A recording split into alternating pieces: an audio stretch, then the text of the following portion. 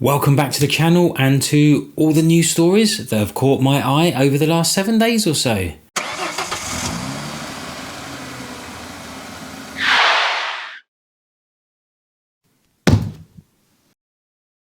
And first up, the AA has unveiled its award winners for the 2022 season, and we are obviously going to take a look at the UK's top campsites as judged by the AA. Now, they have lots of categories for their annual winners, such as regional campsites, glamping sites, most improved sites and small campsites, for example. And they're all selected by their inspectors for outstanding overall quality and high levels of customer care. All of these sites hold excellent reputations. Stanwix Park near the Lake District won the Holiday Centre Award. Camp Couture, I think I'm saying that right, won the Glamping Site Award. And Hedon Farm in Devon won the Small Campsite of the Year.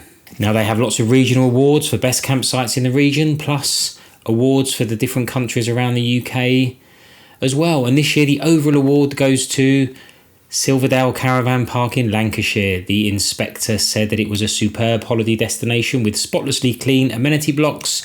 Among other things, there are 2 indoor swimming pools, a stylish bar, restaurant, free Wi-Fi, and luxury glamping is available too.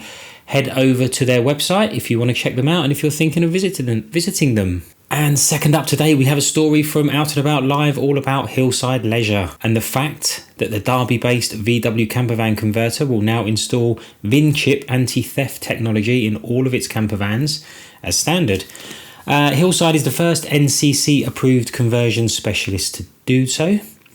And for those that don't know, and I didn't until I saw this article, that VIN Chip Security is an anti-theft identification system. It's linked to the VIN number on the caravan or motorhome, and from what I can see, it enables the police to locate the correct owner of the vehicle if it is ever discovered after being stolen, and it can be reunited with the owner. Now, I guess that also serves as a deterrent, as its highly visible security labels warns thieves that the motorhome or campervan is VIN chip protected, and there are also RFID chips hidden at random inside the vehicle, so they can be scanned, I think, with a device that tells you who it belongs to. And it could also be appealing to potential buyers if you sell on your van, as it will give them additional peace of mind, and the VIN chip will help deter theft and a quick recovery in the worst instances.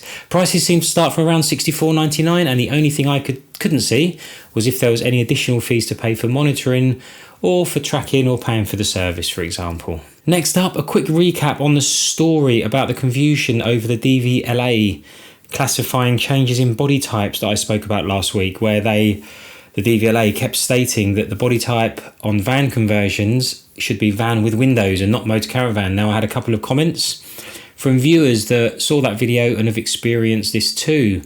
One of them said that a professional company did the paperwork and it still came back as a van with windows and not a motor caravan, which is what you want it to be. And another said that they can't get theirs classified correctly as the van has a pop top and it's not a high top.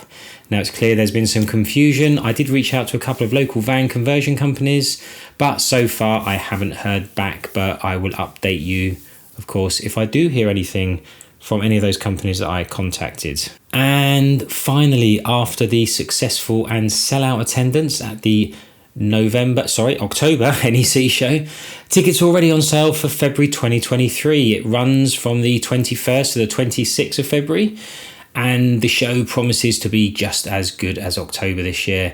It says it will have everything you need for your next adventure, with over 350 stands showcasing their latest and greatest products. Expect to find all the usual stands covering campervans, motorhomes, caravans, along with tents and accessories and awnings and all the sorts of things that you'd expect to find there. You can brush up on your skills in a motorhome manoeuvring course or learn how to tow your caravan safely with top tips and courses on that as well.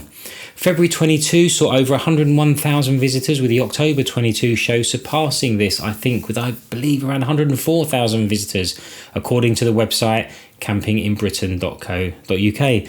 Now, we are hopeful of visiting this show and we'll be booking our tickets soon, I hope. And I think that is it for this week's camping and campervan news roundup with the things that have caught my eye this week. If you want to see last week's video, then check out this video right here. and don't forget to like the video and subscribe to the channel. In the meantime, thank you for watching, and I'll see you in the next video.